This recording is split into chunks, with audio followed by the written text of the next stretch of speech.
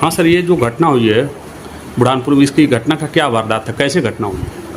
सवेरे जानकारी प्राप्त हुई थाने पे कि एक व्यक्ति है जिनका नाम प्रेम प्रकाश राय है, स्वर्गीय बनवासी राय।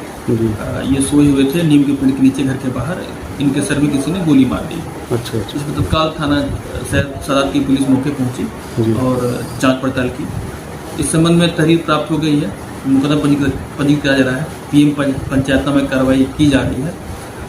कुछ संदिग्ध के बारे में जानकारी प्राप्त हुई, इस पे जो है पुलिस जांच कर रही है, नियमानुसार विधिक कार्रवाई पुलिस द्वारा की जा रही है।